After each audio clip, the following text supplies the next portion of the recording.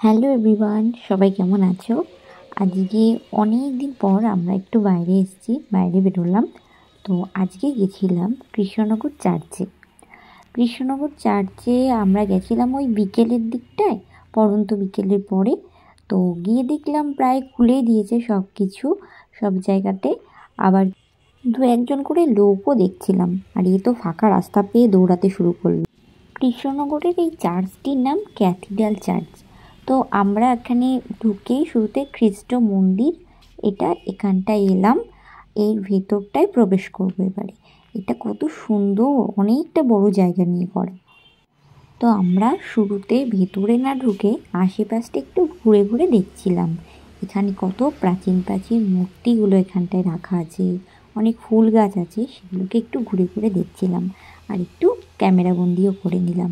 কত সুন্দর দেখো, এগুলো রাত্রে দেখতে আরও সুন্দর লাগে। আর এই দিকটায় পুরো ফাঁকাই ছিল, সাথে অনেক ফুল গাছ ছিল। এই ভেতরটাতে এবার আমরা প্রবেশ করব। এই ভেতরটা বাইরে থেকে দেখতে মনে হচ্ছিল অন্ধকার, কিন্তু যেই ভেতরে গেলাম তখন দেখলাম কত সুন্দর আলো, আর চারিদিকে এত সুন্দর লাগছিল। দেখো, পুরো চারিদিকটা আমরা ঘুরে ঘুরে দেখছিলাম। পুরোটা ক্যামেরাতে বন্দি করতে পারিনি, এইটুকুই করেছি। এই দেখো, এই দিকটাতেও আছে একটা দরজা। এইভাবে চারিদিকটা আমরা ওই মন্দিরটা থেকে বেরিয়ে এই পাশেই একটা ছোট্ট ডোবা আছে, তার পাশে এত সুন্দর একটা জায়গা।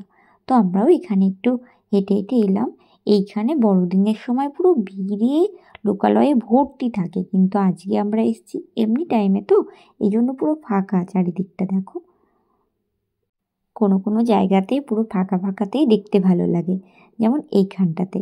এর আগে আমি কখনো এতটা ফাঁকা পাইনি, আজকে যতটা ফাঁকা পেলাম দেখতে এত ভালো লাগলো। একদম শান্ত পরিবেশটা, চারিদিকে কয়েকজন করে লোকজন ছিল, জাস্ট এইটুকুই। আর এখানে প্রত্যেকটা জায়গাতে প্রত্যেকটা জিনিসের কী কী ছবি বা কী কী জন্য এগুলো করা হয়েছে সব কিছু এখানে লেখা আছে। আর এইভাবে ওই উপরটা অবধি আছে। আজকের ভিডিও এইটুকুই। আবার দেখা হচ্ছে নতুন কোনো ভিডিওতে। টাটা।